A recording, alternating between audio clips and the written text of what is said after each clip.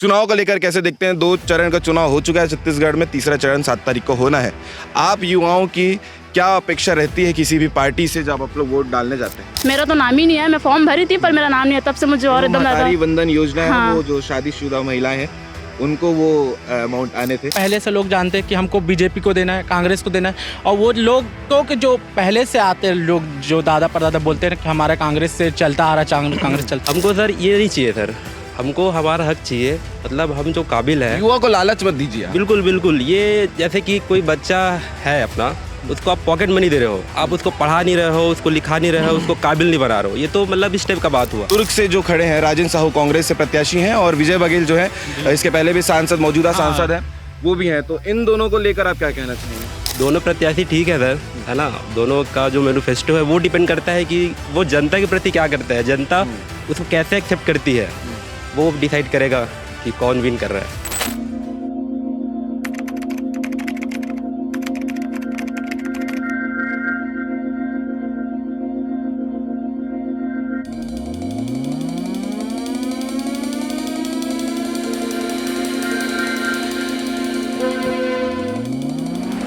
नमस्कार, जय जोहार, जय छत्तीसगढ़। स्वागत है आप सभी का भिलाई टाइम्स में। मेरा नाम खुश है और आप सभी को बता दूं कि लोकसभा चुनाव चल रहा है पूरे देश भर में, और इसी के साथ छत्तीसगढ़ में जो है 2 चरण के चुनाव हो चुके हैं।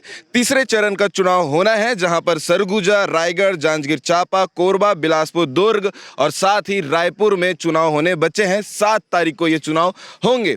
आपको बता दूं कि आज भिलाई टाइम की टीम सुबह सुबह सुप्रभात करते हुए पहुंच चुकी है जयंती स्टेडियम में, जहां पर खिलाड़ियों से, युवाओं से, यूथ से चर्चा करेगी, उनसे बातचीत करेगी कि जब वोट डालने जाते हैं किसी भी पार्टी, किसी भी नेता को, तो वो उनके दिमाग में क्या रहता है, वो क्या सोचकर कोई सरकार बनाते हैं या अपने प्रत्याशी को जिताते हैं। वैसे ही आज हम पहुंच चुके हैं उन्हीं खिलाड़ियों के बीच में जो अलग अलग परीक्षा की तैयारी कर रहे हैं, स्पोर्ट्स की तैयारी कर रहे हैं, और इसी के साथ में हम इनके बीच में हैं। कुछ युवाएं खड़े हुए हैं, उनसे भी बात करेंगे कि जब वो वोट देने जाएंगे तो उनके दिमाग में क्या होगा, वो क्या सोचकर वोट डालेंगे। और जागरूकता अभियान भी भिलाई टाइम लगातार ये बताते आ रहा है कि वोट डालना कितना ज़रूरी है। आपके एक वोट से जो है काफ़ी चीज़ें बदल जाती हैं। जी बॉस, आप लोग किस चीज़ की तैयारी कर रहे हैं? सर, हम लोग पुलिस भर्ती की तैयारी कर रहे हैं। चुनाव को लेकर कैसे देखते हैं? 2 चरण का चुनाव हो चुका है छत्तीसगढ़ में, तीसरा चरण 7 तारीख को होना है। आप युवाओं की क्या अपेक्षा रहती है किसी भी पार्टी से जब आप लोग वोट डालने जाते हैं? सर, हम लोग की सभी पार्टियों से एक ही अपेक्षा रहती है कि क्या युवाओं के लिए रोजगार किस तरह से मुहैया करा रही है, क्या समय समय पे रोजगार आ रहे हैं, क्योंकि यहाँ पे बहुत सारे लोग हैं जो शायद 2 साल से 3 साल से तैयारी कर रहे हैं, पर भर्ती परीक्षाओं में देरी की वजह से या फिर उनके फिजिकल ना होने की वजह से, साथ ही ज्वाइनिंग ना होने की वजह से उनका भविष्य खतरे पे है, और उनको जल्द से जल्द नौकरियां देनी चाहिए, बेहतर ढंग से देनी चाहिए।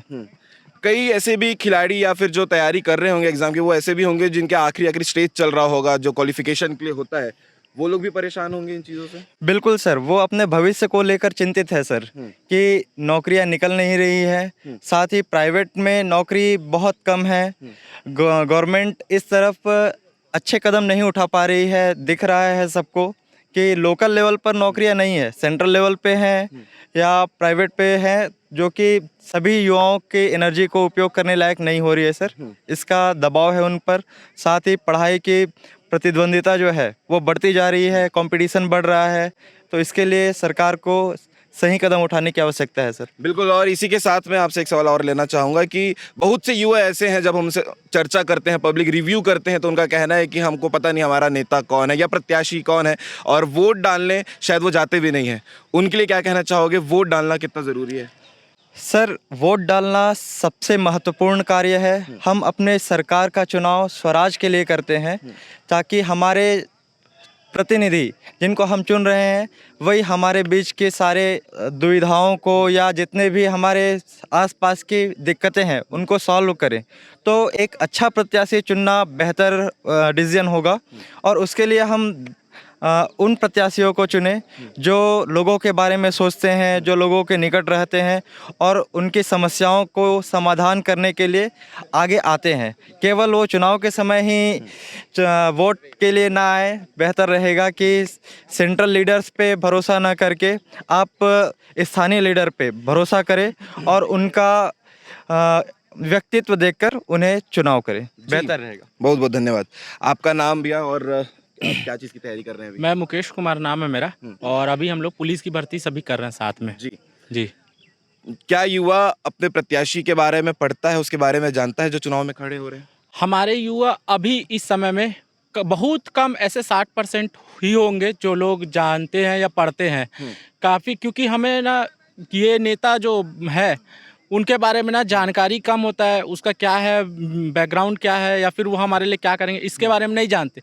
हमको सिर्फ क्या होता है, पहले से लोग जानते हैं कि हमको बीजेपी को देना है, कांग्रेस को देना है, और वो लोग तो कि जो पहले से आते हैं लोग, जो दादा परदादा बोलते हैं कि हमारा कांग्रेस से चलता आ रहा, कांग्रेस चलता, तो वही समझ के लोग आजकल वोट भी देते हैं।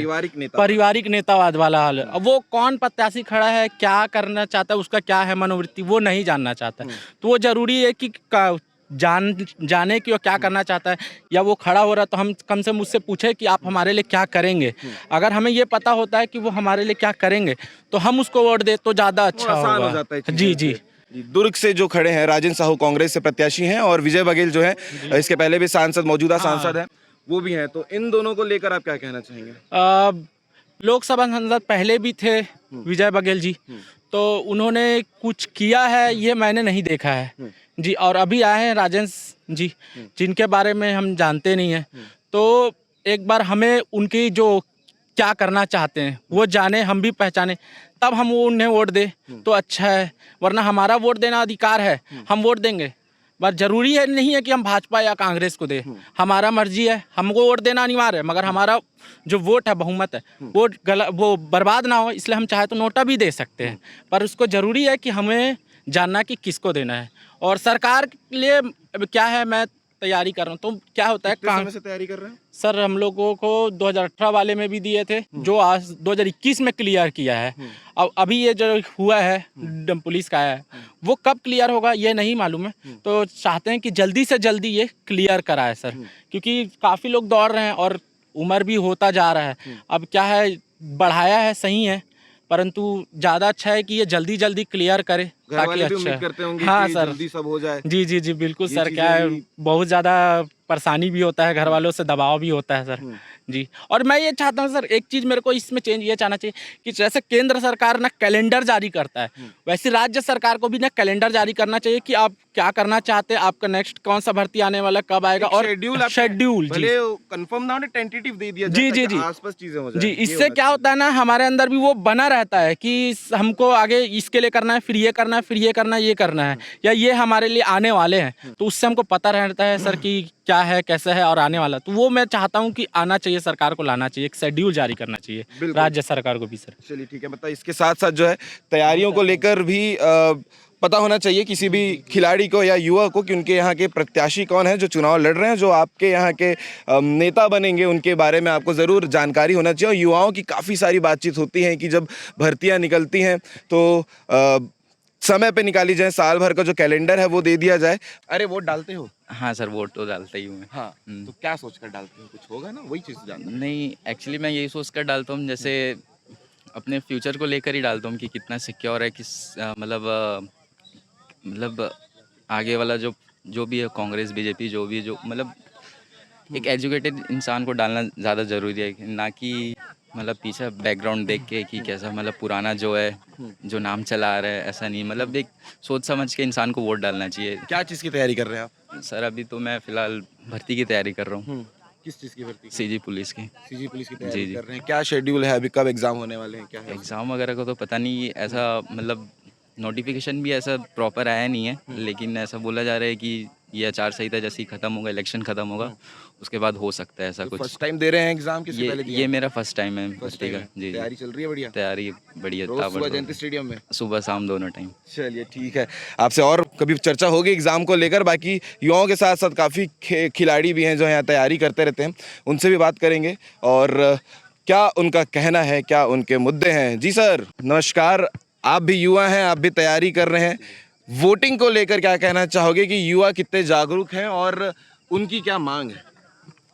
सर मेरे हिसाब से तो मैं जो सोच सकता हूँ उसके हिसाब से सर ये जो सरकारें बेरोजगार जैसे है जो युवा है उसको कुछ फ्री बीस मंथली का इतना देते हैं, जैसे महिलाएं हो गई है उनको इतना देंगे बोल रहे हैं।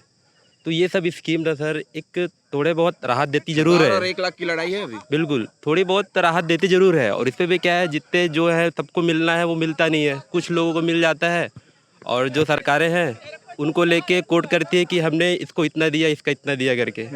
हमको सर ये नहीं चाहिए सर, हमको हमारा हक चाहिए, मतलब हम जो काबिल है। युवा को लालच मत दीजिए आप। बिल्कुल बिल्कुल, ये जैसे कि कोई बच्चा है अपना, उसको आप पॉकेट मनी दे रहे हो, आप उसको पढ़ा नहीं रहे हो, उसको लिखा नहीं रहे हो, उसको काबिल नहीं बना रहे हो, ये तो मतलब इस टाइप का बात हुआ।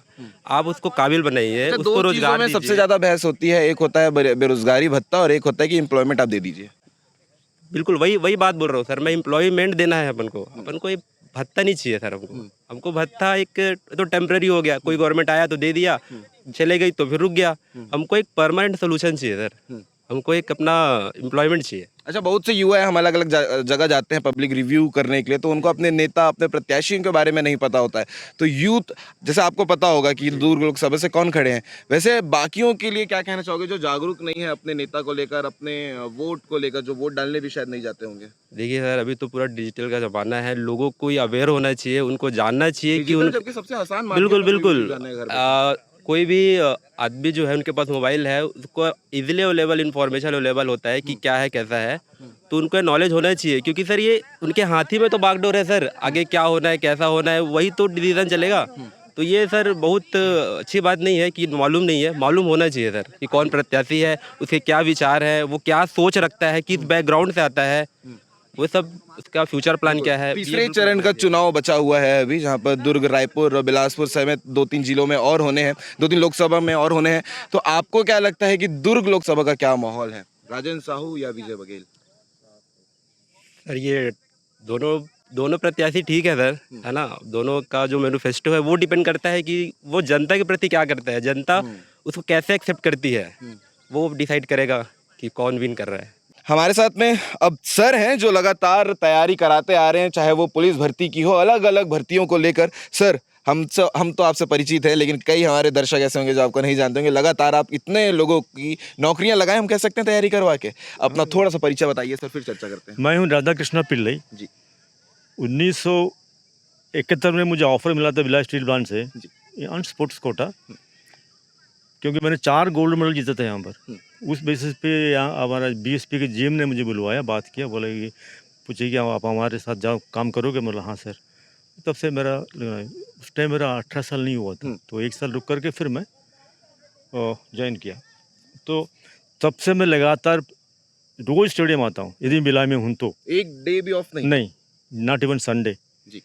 क्योंकि ये जो फिजिकल एक्टिविटीज़ को यूं रश देना ठीक नहीं है, भले रश दे देंगे लेकिन कुछ जो एक्टिविटी करना पड़ेगा, इस तरह से रहता है। 1000 के आसपास मेरे बच्चे हैं पुलिस में, आर्मी में, बिला स्टील प्लांट में और एसएफ में, बीएसएफ में, all type of defence service में है मेरे बच्चे। उस चलते मेरे पास बहुत बच्चे अभी भी आ रहे हैं। अब मैं छोड़ना भी चाहूँगा तो वो लोग मुझे नहीं छोड़ेंगे, छोड़ते भी नहीं है। देश में सर चुनाव, लोकसभा चुनाव का माहौल चल रहा है। छत्तीसगढ़ में जो है तीसरे चरण का चुनाव होना है 7 तारीख को, जिसमें से दुर्ग लोकसभा भी एक लोकसभा है। तो इसमें युवाओं की भी बहुत सारी मांगे होती हैं, उनके अपने थॉट्स होते हैं कि किसी प्रत्याशी को हम वोट देने जाएं तो उनके अपने मुद्दे होते हैं। तो क्या आपके पास जितने स्टूडेंट हैं जिनको आप ट्रेनिंग दे रहे हैं, वो आपसे क्या सवाल करते हैं सर? वो हमसे ही पूछते हैं कि सर भर्ती कब होगी हमारी, हम ऐसे बैठे बैठे हम ऐसे बूढ़े हो जाएंगे, हमारा उम्र 30 हो गया, कोई 25 हो गया, कुछ 18-19 साल वाले भी हैं, वो बड़े खुश हैं, उनको तो कोई दिक्कत नहीं है। लेकिन जो बच्चे जिनका उम्र बढ़ता जा रहा है, उनका भविष्य का क्या होगा, क्या वो लोग कहीं नौकरी में लगेंगे, उनकी शादी होगी, उनके बच्चे होंगे, उनके क्या होगा, इस तरह से बहुत सारी बातें होती है जिनकी मेरे पास कोई जवाब नहीं होता। लेकिन ये डिले हो रहा भर्ती का, जैसे कि आप सोचे 2018 का निकला हुआ भर्ती है, 18 के बाद कोई भर्ती हुई नहीं है, रिजल्ट्स आ रहे हैं, नहीं आ रहा ना, अभी भी कहाँ आया, कुछ नहीं हुआ।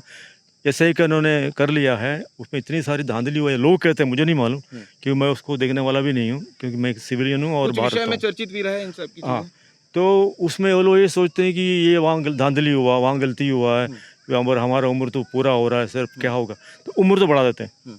उम्र तो आप बढ़ा दीजिए उनका, उनका आयु बढ़ेगा तो नहीं ऊपर। मान ली मेरा उम्र 60 साल का होने 60 साल में मुझे मरना है, तो 60 साल ही रहेगा ना। तो 60 साल से पहले जो कुछ करना है बहुत जल्दी हो जाना चाहिए था। वैसे मेरा कहना है कि 18 और 20 साल के बीच में युवाओं को जॉब मिल जाना चाहिए। यदि आप प्लान कर रहे हैं जॉब देने का, ऐसा है कि इसमें भर्ती में, जैसे सेना में, पुलिस में, आर्मी में, बीएसएफ में, ऐसे में, ऐसे बहुत से होता है, वो उनको ऐसा प्लान करें कि बच्चे 21-22 साल आते आते और लग जाए। ये सबसे बड़ी मांग होनी चाहिए सरकार से युवाओं की। यही है। ठीक है सर। और क्या है कि जिन बच्चों की उम्र बढ़ रहा है वो परेशान है, फ्रस्ट्रेशन शुरू हो घर जाता है। वाले की तरफ से भी प्रेशर, घर वालों की तरफ से आते हैं कि निकम्मा पैदा हुआ, अभी तक वो खाली बैठा खा रहा है। तकलीफ की बात हाँ, ये बहुत बड़ी तकलीफ की बात है जी। कि बच्चों को माइंड फिर कहाँ डाइवर्ट होगा भरोसा नहीं। ये है। ठीक है सर। कुछ युवा भी हमारे साथ में हैं। आप लोग किस चीज़ की तैयारी कर रहे हैं अभी? सर मैं सब इंस्पेक्टर की तैयारी कर रही थी। 4 साल हो गया मुझे भी तैयारी करते हुए, पर अभी रिजल्ट कुछ भी नहीं आया है। तो अब यही चाहते हैं कि जल्द से जल्द रिजल्ट आए। लोकसभा चुनाव चल रहा है, कितने जागरूक हैं युवा वोट डालने को लेकर? वोट के लिए तो काफ़ी लोग ही तैयार हैं और काफ़ी लोग नहीं भी है, क्योंकि कोई भी ना कांग्रेस से कोई खुश है ना भाजपा से कोई खुश है, दोनों से ही खुश नहीं है। तो कोशिश करेंगे कि अच्छा, आप युवा हैं और जब आप लोग वोट देने जाते हैं तो कुछ तो दिमाग में रहता होगा, किसी भी पार्टी के लिए हो, तो क्या सोचकर आप लोग वोट देने जाते हैं, या अभी मौजूदा हालात आप लोगों के जो भी हैं उसके हिसाब से आप लोग का क्या माइंडसेट रहता है कि हमें अब जो है, अभी 7 तारीख को जब वोटिंग होगी तब जो दिमाग जी, पे जी। रहेगा वो क्या रहने वाला है? अभी तो माहौल ऐसा है, कहीं भाजपा का प्रचार चल रहा है तो कहीं कांग्रेस का प्रचार चल रहा है। दोनों ही अलग अलग तरीके से अपना अपना प्रचार कर ही रहे हैं। तो अब भाजपा में रह के देख लिए 10 साल तो कुछ प्रॉफिट हुआ नहीं, तो अब चाह रहे हैं कि कांग्रेस ही आ जाए। तो अभी कांग्रेस का ही, तो कांग्रेस आज आप बता दिए। कांग्रेस ही आ जाए ऐसी इच्छा है, क्योंकि 10 साल से भाजपा है तो कुछ प्रॉफिट हुआ ही नहीं। तब कांग्रेस का साथ देते। राहुल गांधी को पीएम देखना चाहते हैं? जी जी जी जी। चलिए ठीक है। बाकी और युवा हमारे साथ में मौजूद हैं। 7 तारीख को वोटिंग है, क्या कहना चाहोगे? आप लोगों के क्या मुद्दे रहने वाले हैं इस बार? वैसे मैं तो वोट नहीं देती हूँ, मुझे वोट देना पसंद नहीं है। वोट ही नहीं देते हैं? नहीं, मैं वोट नहीं देती हूँ। क्या वजह है इसकी? और वजह तो मेरे को भी नहीं पता, बस मुझे वोट देना पसंद नहीं है, क्योंकि ऐसा मेरा मानना है कि मेरे को दोनों ही सरकार पसंद नहीं है, क्योंकि ना मेरे को कांग्रेस पसंद है ना मेरे को भाजपा पसंद है।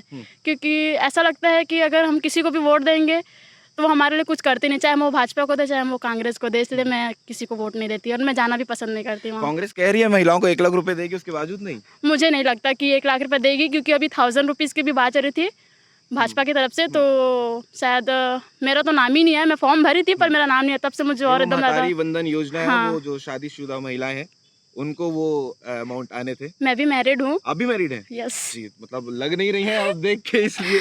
मैं भी जी, मैरिड हूँ। आपने पर फॉर्म भरा था? हाँ, मैंने फॉर्म भरा था, प्लस मेरा नाम भी नहीं है। मैं इतना भागा दौड़ी की, उसके बाद फिर मेरे और मन में एकदम चिढ़ हो गया कि मेरे को नहीं देना, वोट ही नहीं देना। इसके बाद से मैं फिर वोट ही देना बंद कर चुकी हूँ। वोट ही नहीं देते हैं? नहीं, मैं नहीं देती। चलिए ठीक है। वैसे मुद्दे क्या होने चाहिए अगर आप वोटिंग नहीं देते हैं तो सरकार से क्या उम्मीद रखते हैं? फिर भी मैं यही उम्मीद रखती हूँ कि युवा होने के नाते वो अच्छा एजुकेशन दे और हर चीज़ों में छूट रखे, और सब चीज़ों का मतलब जो हम लोग जो कुछ करते हैं कुछ भी काम, तो उसमें हर चीज़ों में हमारा हेल्प करना चाहिए। उनको जो हमारे पीछे नहीं है उनके साथ सपोर्ट करना चाहिए, बस यही। चलिए ठीक है। तो आपने देखा कि युवाओं का क्या रिव्यू है। 7 तारीख को वोटिंग होनी है और उसको लेकर उनके क्या मुद्दे होने वाले हैं, वो क्या सोचकर किसी भी प्रत्याशी को वोट डालने वाले हैं, इसके बारे में आपने पूरी डिटेल वीडियो देखी है। और आपका क्या कहना, अगर आप वीडियो देखने वाले युवा हैं और आप खिलाड़ी हैं या आप तैयारी कर रहे हैं किसी भी चीज़ की, तो आपका क्या कहना आप कमेंट करके ज़रूर बता सकते हैं। बाकी आपको बता दूं कि चुनावी चर्चा चुनावी दौरा स्पॉन्सर्ड बाय सहेली ज्वेलर्स, दुल्हे साहब और केसरिया फैशन। और जब दौरे में हम निकलते हैं तो दौरे में साथ देने के लिए हमारे साथ रहता है कार और रेंटल, जहां आप कार बुक करके पूरे इंडिया में कहीं भी ट्रैवल कर सकते हैं। ये चुनावी चर्चा, ये चुनावी वीडियो जयंती स्टेडियम से आपको कैसे लगी? तमाम खिलाड़ियों से, तमाम उन एस्पिरेंट से जो अलग अलग एग्जाम की तैयारी कर रहे हैं, उनसे हमने बातचीत की कि 7 तारीख को जब मतदान होंगे तो आपकी क्या मुद्दे होंगे जिसको देखते हुए आप किसी भी नेता को वोट डालेंगे। आपका क्या कहना है ये आप कमेंट करके जरूर बताइएगा। लोकसभा चुनाव को लेकर आपका क्या कहना है ये जरूर कमेंट करके बताइएगा, क्योंकि भिलाई टाइम लगातार आप तक हर वो अपडेट पहुंचा रहा है जो आपके लिए जरूरी है, आपके लिए जानना जरूरी है। बाकी अपडेट के लिए बने रहिएगा भिलाई टाइम के चैनल के साथ में। जय जोहार, जय छत्तीसगढ़।